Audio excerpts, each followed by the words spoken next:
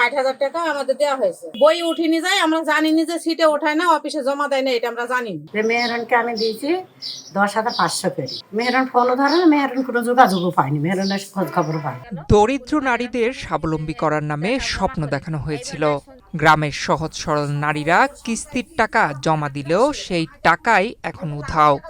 মেহেরপুরে পল্লী উন্নয়ন বোর্ড বিআরডিবির প্রায় ৩৪ লাখ টাকা আত্মসাৎ করে আত্মগোপনের অভিযোগ উঠেছে মাঠ সংগঠক মেহেরুন্নেসার বিরুদ্ধে। তিনি পল্লী জীবিকায়ন প্রকল্পের আওতায় ৭টি দলে ১৫০ জন মহিলার মাঝে প্রায় কি হয়েছে? মিনিস্টার ফ্রিজ কিনে হাম্বা জিতেছে। মিনিস্টার ফ্রিজ কিনুন, হাম্বা জিতুন, আরও আছে আকর্ষণীয় উপহার। ৭৪ লাখ টাকা ঋণ বিতরণ করেন।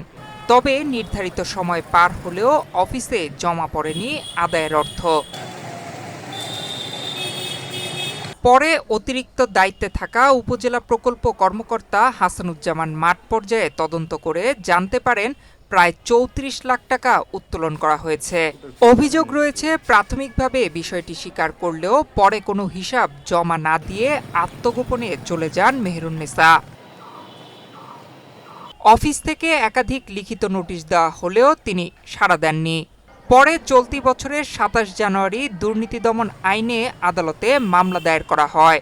ভুক্তভোগীদের অভিযোগ, তারা টাকা পরিশোধের ৬ মাস পরে জানতে পারে তাদের টাকা পাসবইয়ে উঠলেও অফিসের অ্যাকাউন্টে জমা হয়নি।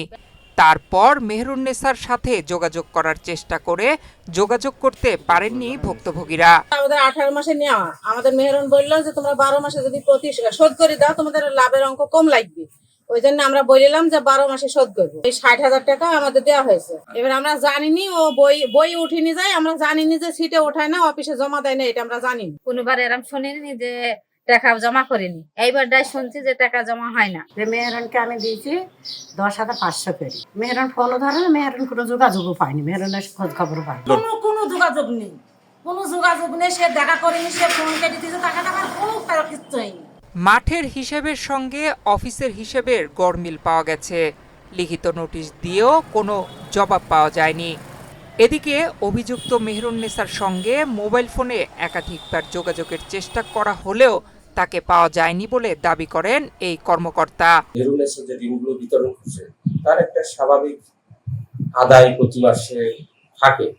যখনই আমরা দেখি যে এখানে একটা অস্বাভাবিক অবস্থা, তার আদায় জমাটা অনেক কমে গেছে এবং সেভাবে আমরা পরিদর্শন করে সদস্য পাসবই সংগ্রহ করে তার হিসাবটা বের করি।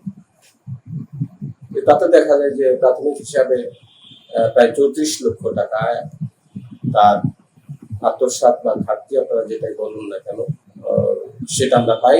এ বিষয়ে দুদকের তদন্ত কার্যক্রম চলমান রয়েছে। মাঠ সংগঠক যে ৩৪ লাখ টাকা আত্মসাৎ করে অফিসের সাথে যোগাযোগ করছে না, এই বিষয়টা আমরা প্রাথমিক তদন্ত করে দুদকের হাতে মামলাটা দিয়েছে। দুদক এটা নিয়ে তদন্ত করছে, মামলাটা তদন্তাধীন। দরিদ্র নারীদের উন্নয়নের জন্য নেওয়া প্রকল্পে এমন অনিয়মের ঘটনায় ক্ষোভ বাড়ছে স্থানীয়দের মধ্যে। নয়ন বিশ্বাস, বাংলাদেশ প্রতিদিন।